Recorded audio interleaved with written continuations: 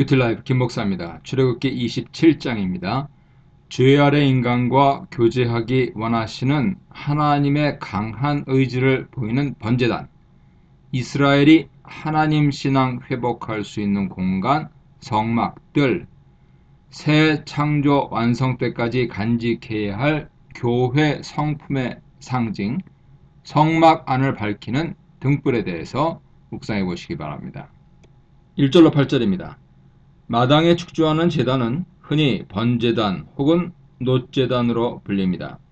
그 크기는 가로 세로 높이가 5규빗, 5규빗, 3규빗, 미터법으로 50cm로 보면 2.5, 2.5, 1.5m로 그리 크지 않은 규모입니다.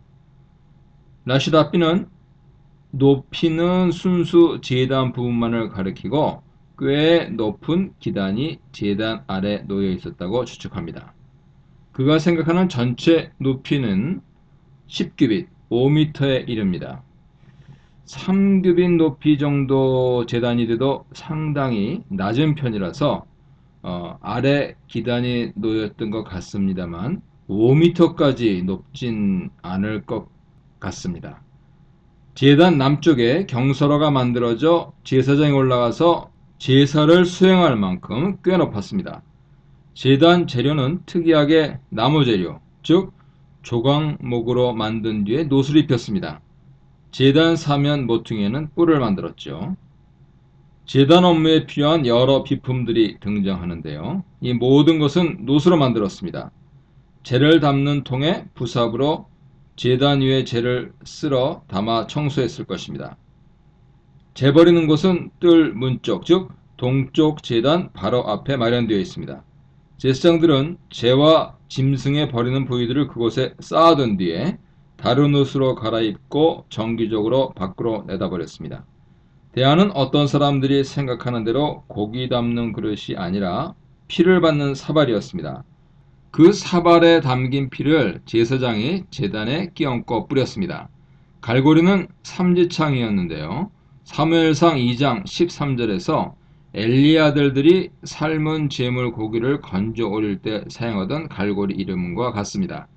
따라서 제단에서 쓰는 삼지창 갈고리는 제단 위에 고기를 가지런히 놓고 또 잘 타도록 정돈하기 위한 것이었고, 고기를 삶아서 먹는 거룩한 장소에는 삶은 고기를 건져 올리는 별개 삼지창이 있었을 것입니다. 불 올리는 그릇은 제단에서 불똥을 담아 내성소 향단에 분향하기 위한 비품입니다. 이것을 향로로 지칭하기도 합니다. 마찬가지로 향단재를 청소할 때 아마 이 그릇에 담아서 가지고 나왔을 것입니다. 민수기 16장에서 고라 일당은 이 향로를 사용하지 않고 자기들 멋대로 불법적인 향로로 향을 피우다 순식간에 몰살당했습니다. 하나님께 예배드린다 하면서 엉뚱한 방식, 인본주의적 방식으로 예배드리는 행위에 내린 무서운 심판이었죠. 한편 놋으로 만든 철망, 즉 모퉁이에 놋골이 넷이 달린 석쇠는 제단 중간쯤에 설치했습니다. 석쇠는 고기를 넣고 태우는 비품임에 분명해 보이나 확인된 바는 없습니다. 우리는 이런 각종 제단에서 사용된 도구들에 대해 영적인 의미를 함부로 부여하지 말아야 합니다. 예컨대 재는 죄, 부삽은 죄 고백, 재를 담는 통은 죄의 처리, 속죄, 고기 갈고리는 성도가 시험에 들지 못하게 하는 하나님의 붙들어줌, 불 옮기는 그릇은 성령 불씨를 담은 성령 충만을 상징한다는 풍의적인 해석은 곤란합니다. 이런 제단 비품들은 단순히 제단 관리를 위해 만들어 사용되었습니다. 제단 뜰은 조각목 널판으로 짠 뒤 놋으로 입혔는데 널판 안쪽은 비워 놓습니다. 아마도 고열을 견딜 수 있도록 그 빈 공간은 흙으로 채웠을 것으로 예상되는데요. 흙을 제거하면 제단은 그리 무겁지 않아서 분해해서 쉽게 이동할 수 있었습니다. 즉 이동성을 고려한 설계를 할 수 있죠. 이를 위해 놋으로 감싼 조각목체가 제단에 언제나 부착되어 있었습니다. 성전의 다른 비품들과 더불어서 제단은 주요 소모품 중 하나였을 것으로 보입니다. 모든 물건은 수명이 있는 법이죠. 제사장 옷들은 계속 지어져야 했을 것이고요. 일부를 제외한 비품들은 오래 사용한 뒤에 교체했을 가능성이 큽니다. 번제단은 수많은 제사를 드리므로 조각목이 강한 화력에 많이 손상되고 정기적으로 식양을 따라서 다시 짰을 것입니다. 성막 전체 크기가 동서로 100규빗임이 명시됩니다. 즉 그것은 뜰의 남쪽, 북쪽의 울타리 길이로서 전체 세마포 포장을 둘러쳐야 합니다. 소요되는 기둥이 20개인데요. 여기에 규격 재료가 명시되어 있지는 않으나 출애굽기 36장 36절을 통해서 기둥들은 모두 조각목으로 만들었다는 것을 알 수 있습니다. 유대 전승에 의하면 기둥의 크기는 가로 세로 1규빗이었다고 합니다. 높이는 뒤에서 5규빗으로 언급됩니다. 튼튼한 받침대가 기둥을 받쳤고 출애굽기 38장 17절에 의하면 위쪽에는 은으로 만든 머리싸개가 놓여 있었습니다. 기둥은 27절에서 언급된 말뚝으로 땅에 고정시켰습니다. 기둥이 20개, 길이는 100규빗이니까 기둥 간격은 5규빗인 것을 알 수 있죠. 기둥 상단 장식과 부품들은 모두 금이었습니다. 머리싸개와 더불어 위에 붙었던 갈고리와 가름대는 은으로 제작되었습니다. 이것들은 정체가 불분명한데요. 아마도 가름대는 울다리 포장 상단을 끈으로 묶는 부품, 기둥에 붙은 갈고리에 그 가름대를 걸어서 울타리 포장을 펼쳐 세웠을 때 사용하던 것으로 보입니다.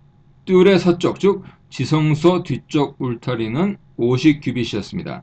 서쪽 울타리는 남과 북의 울타리의 길이가 절반이라서 기둥은 10개가 필요했습니다.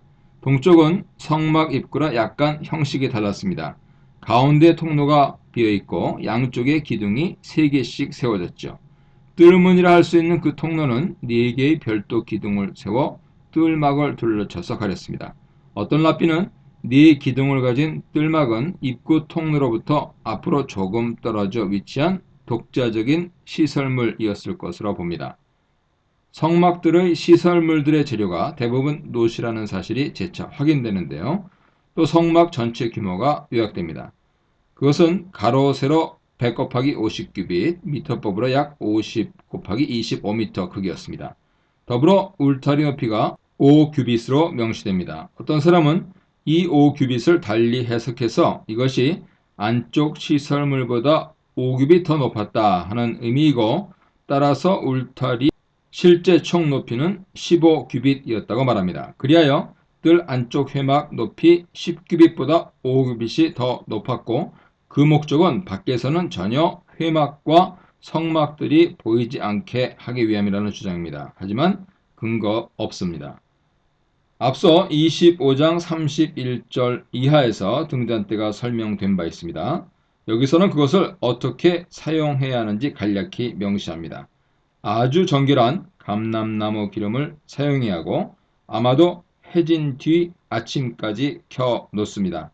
밤중에 두세 차례 기름을 채우고 불을 점검해야 했다고 보는 사람도 있지만 확실하진 않습니다. 또 학자들 중에는 회막은 자연광이 완전히 차단된 공간이었을 것으로 추측하면서 등잔대를 종일 켜놓았다고 보는 사람도 있습니다.